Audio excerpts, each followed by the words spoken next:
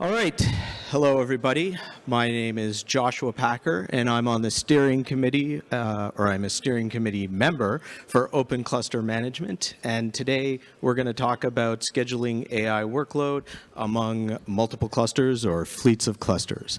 And so Open Cluster Management that I mentioned is a CNCF sandbox project. It's been in Sandbox for about 5 years now. It's being actively contributed to by both Red Hat and a number of other companies.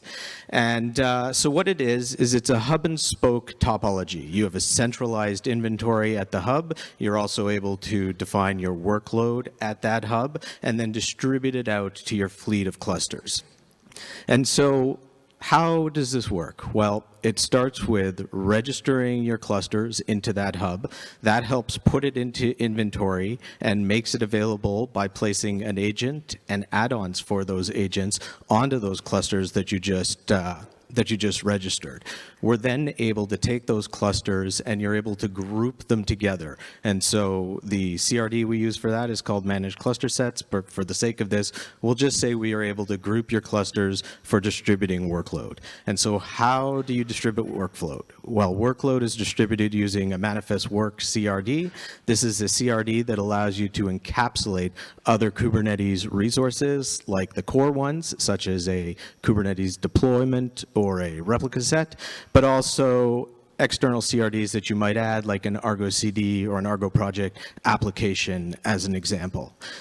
Add-ons are what we use to allow you to work with that workload definition. And so the add-ons are controllers for like policies, could be deploying the Argo CD application, etc. And then the magic in all of this is placement. And what placement does, it's a CRD, it allows you to dynamically filter down the clusters that you want to apply the manifest work or the workload to. And so how we do that is you can filter on simple things like labels. You can also do cluster claims, which allows you to define resources on those spoke clusters, and they'll be percolated up and used for filtering.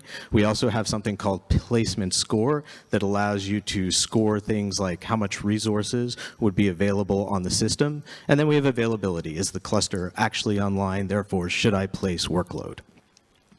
And so we said we would talk about AI, and so some of the integrations we've done are with Q is the first one. And so in this case, we were taking that placement concept and figuring out how do we...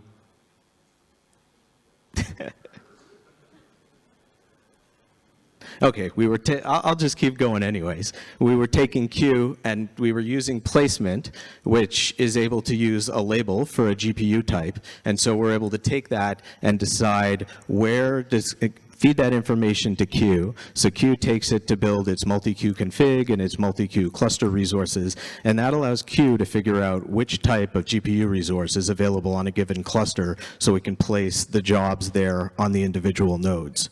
The other integration we did there was with the placement score that I mentioned, and so that's where you're able to take the amount of GPU resource using an add-on, calculate it, make that available to the hub cluster, and then the placement is able to filter on which of the clusters has nodes with the most GPU available. Again, we put that into the multi-queue, and Q is able to then decide which clusters, which nodes do I put the AI workload on that have the most resources available for processing.